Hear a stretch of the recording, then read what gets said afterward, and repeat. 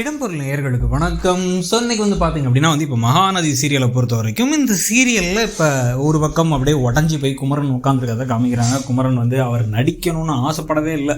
மனசுக்குள்ளே சின்னதாக எல்லாத்துக்குமே இருக்கும்ல, திடீர்னு சினிமாவா அப்படின்ட்டு அந்த மாதிரி இது மட்டும் தான் இருந்துச்சு. ஆனால் அதை உசுப்பேற்றி விட்டு அதை காஸ்டியூம் டிசைனை நடிக்க வச்சு இவரும் அதை கேட்டு இங்கே எல்லாரும் முன்னாடி சீன் போட்டு ஸ்நாக்ஸ் எல்லாம் வாங்கி கொடுத்து அவமானப்பட்ட மேலும் மொட்டை மாடலில் பெரிதாகமாக நின்றுக்கிட்டு இருக்க பேசுகிறாங்க. இப்போ கங்கா என்னங்க இதெல்லாம் கிண்டல் பண்ணது பெருசாக எடுத்துட்டிங்கன்னா இல்லை, நான் அதை எதிர்பார்க்கல, மற்ற விஷயம்லாம் ஓகே, எல்லாட்டையும் சொல்லிட்டேன், பெருமையாக பேசி எல்லாம் பண்ணிட்டு நீ சொன்னதை நான் கேட்டிருக்கணும், ரொம்ப அவசரப்பட்டேன், நான் எங்கள் வீட்லேயும் ரெக்கார்ட் பண்ணிட்டு அப்புறமா காமிச்சிருக்கணும், அம்மாட்டேருந்து எல்லாட்டையும் சொல்லிட்டேன், ரொம்ப அசிங்கமாக போச்சுன்னு சொல்லும் பொழுது முந்திரி கொட்டை நான் சொன்னது உங்களை காயப்படுத்திருச்சா, சரி விடுங்க, இதை பற்றி கவலைப்படாதீங்க, இதை பற்றி நீங்கள் ரொம்ப யோசிக்காதீங்க, இதெல்லாம் என்னங்க நம்ம என்ன நடிக்கணும்னு நமக்கு என்ன தெரியுமா, ஆனால் திடீர்னு போன இடத்துல நல்லா பண்ணிட்டீங்க அந்த மாதிரி தானே, ஸோ அதை பற்றி மட்டும் யோசிங்க, நீங்கள் ரொம்ப யோசிக்காதீங்க அப்படிங்கிற மாதிரி சொல்லி அனுப்பிடுறாங்க.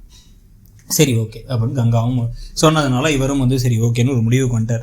முடிவுக்கு வந்ததுக்கு பிறகு பார்த்தீங்க அப்படின்னா இங்கே இப்போ நைட்டு இப்போ ஏதோ ஒரு புக்கு படிச்சுட்டு இருக்காரு. புக்கு படிக்கும் பொழுது ஒருத்தவங்களை நீங்கள் வாழ்க்கையில் நம்புனீங்க அப்படின்னா ரெண்டு விஷயத்தில் ஒன்று கண்டிப்பாக நடக்கும். உங்கள் வாழ்க்கை முழுக்க உங்களை கூட இருக்கிறதுக்கு ஒரு ஆள் கிடப்பாங்க, இல்லை அப்படின்னா உங்கள் வாழ்க்கை முழுக்க உங்களுக்கு ஒரு பாடம் கிடைக்கும் ஒருத்தவங்களை நீங்கள் முழுசாக நம்பும் பொழுது அப்படின்னு சொல்லிட்டு அதை இங்கிலீஷில் படிச்சுட்டு இருக்காரு. இப்போ விஜய் படிச்சுட்டு இருக்கும்போது எவ்வளோ அழகாக எழுதியிருக்காங்கன்னு இவங்க நான் என்ன தான் சொல்கிறீங்களான்னு கேட்டு அழகாக புது சுடிதாரெலாம் போட்டு உட்காந்துருக்கேன், நல்லா அழகாக இருக்குது, சூப்பராக இருக்குது, யாராவது சொல்கிறீங்களா அப்படின்னு பேச ஆரம்பிக்க, புக்கு தான் விஷயம் அப்படின்னு சொன்னோன்னே, ஓ புக்கில் இப்போ எதுவும் சீரியஸான விஷயம்னா சொல்லாதீங்க, ஜாலியான விஷயம்னா சொல்லுங்கள், ஏற்கனவே எனக்கே ஏகப்பட்ட குழப்பம் பிரச்சனை அப்படின்னா, உனக்கு என்ன நல்லா தானே ஜாலியாக இருக்க, ஆஃபீஸும் ஜாலியாக தான் இருக்குது அப்படின்னு இவர் சொன்னதுக்கு இப்படி தான் காரில் உட்காந்து ஏசியில் போகும்பொழுது என்ன வெயிலுங்கிறாங்க, எல்லாம் நல்லா தானே இருக்குன்னு நானும் நினச்சிருக்கேன், ஆனால் இறங்கி பார்த்தா தான் தெரியும் அப்படின்னு சூப்பராக ஒரு வசனத்தை வேறு சொல்லியிருக்காங்க.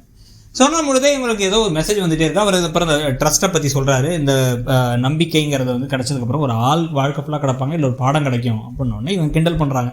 இது வரைக்கும் கிடைச்சதெல்லாம் பாடம் தான் போலையே அப்படின்னோடனே, இல்லை ஒரு ஆளும் கிடச்சிட்டாங்கன்னு தோணுதுங்கிறாரு. யார் அப்படிங்கும் போது இவருக்கு ஏதோ கால் வருது, மெசேஜ் வந்துட்டே இருக்குது.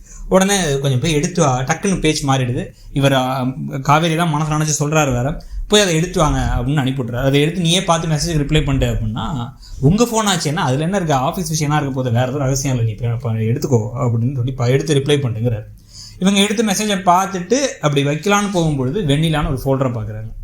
அந்த ஃபோல்டரை ஓப்பன் பண்ணி வெண்ணிலாவோட முகத்தை பார்த்துடலாமா அப்படின்னு யோசிச்சு ஃபோனை கையில் எடுக்கலாமான்னு பார்க்குறாங்க, யோசிக்கிறாங்க, திரும்புகிறாங்க. அவர் நம்ம நம்பி சொல்லியிருக்காருங்கிறாங்க. சரி பரவாயில்ல எடுத்துருவோம், எடுத்து அந்த வெண்ணிலா எப்படி தான் இருப்பாங்கிறத பார்த்துருவோம், நம்மள மாதிரி இருப்பாங்கன்னு வேறு சொன்னாங்களேன்ட்டு அந்த ஃபோனை கையில் எடுக்கும் பொழுதே அவர் டக்குன்னு கூப்பிட்டு ஏதோ ஒரு நொனப்பில் டக்குன்னு ஃபோனை கூட அப்படின்னு கேட்டு அவர் யாருக்கும் கால் பண்ணிட்டார். ஐயப்பண்ணா அப்படி என்னாச்சு ஆச்சுன்னு கால் பண்ணிகிட்டு இருக்காரு.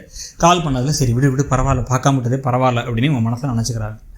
ஸோ அது நடந்து முடிஞ்சதுக்கு பிறகு இன்றைக்கி காலில் பார்த்தீங்கன்னா அந்த காஸ்டியூம் டிசைனர் கொஞ்சம் திருப்பி ட்ரெஸ்ஸு தேவைப்படுது, கொஞ்சம் உடனடியாக கொடுத்து அனுப்ப முடியுமா, நீயே கொடுக்க முடியுமா அப்படின்னு கேட்க, எனக்கு வேலை இருக்குது, வேறு வேலை இருக்குது, ஏற்கனவே நேற்று நான் ரொம்ப அப்செட் ஆகிட்டேன், நீங்கள் ஆள் அனுப்பிவிடுங்க, என்னால் இப்போ வர முடியாது அப்படின்னு வச்சிடுறாரு குமரன். இதை கங்காட்ட கேட்டேன்னா, கங்கா அது ஏங்க உங்களுக்கு காரியம் ஆகலைன்னு அவர்கிட்ட கோபமாக இருக்கிறதா அப்படின்னா, நீ தானே சொன்ன வேலை கெட்டு போயிடும்ட்டு, நான்லாம் அங்கே போகல அப்படின்னா, பேசுங்க, பேசி போயிட்டு வாங்க, இதில் என்ன இருக்குது, பரவாயில்ல, ரொம்ப இப்படிலாம் யோசிக்காதீங்க, உங்களுக்கு ஒரு சான்ஸ் அவர் வாங்கி கொடுக்க தான் நினச்சார், அவர் நினச்சார் எடிட்டில் தூக்கிடுவாங்கன்ட்டு போங்க அப்படின்னு கிளம்பி போயிடுறாரு. போய் அங்கே நடந்ததெல்லாம் சொன்னோடனே, அட பாவமே விடுப்பா, என்னால் தானே இந்த பிரச்சனைலாம் நடந்துச்சு, நானே இன்னொரு நடிக்க வைக்கிறேன் அப்படிங்கிறாரு அவர். இல்லைல்ல அதெல்லாம் வேணாம் அப்படின்னு சொல்லிட்டு இருக்கும் போதே இன்னொருத்தவங்க வராங்க. என்ன சொல்கிறாருன்னா, இன்னைக்கு நடிக்க வேண்டிய ஒருத்தர் வரல, கோபமாக இருக்கார் இந்த டேரக்டர் அப்படின்னு உடனே டக்குன்னு பார்த்து, நீ நடிக்கிறப்பா, இன்னைக்கு கண்டிப்பாக நடிக்கிற, இது வருது டிவியில் அப்படின்னு வேற அவர் சொல்கிறாரு. ஷாக் ஆகிறார் குமரனோட. இன்றைக்கி எபிசோட் முடியுது. இன்றைக்கி எபிசோடை பற்றி நீங்கள் நினச்சிங்கிறத சொல்லுங்கள். இடம்பொருள் நேயர்களுக்கு வணக்கம். ஸோ இன்னைக்கு பார்த்தீங்க அப்படின்னா இப்போ மகாநதி சீரியலை பொறுத்த வரைக்கும் இந்த சீரியலில் இப்போ ஒரு பக்கம் அப்படியே உடஞ்சி போய் குமரன் உட்காந்துருக்கதை காமிக்கிறாங்க. குமரன் அவர் நடிக்கணும்னு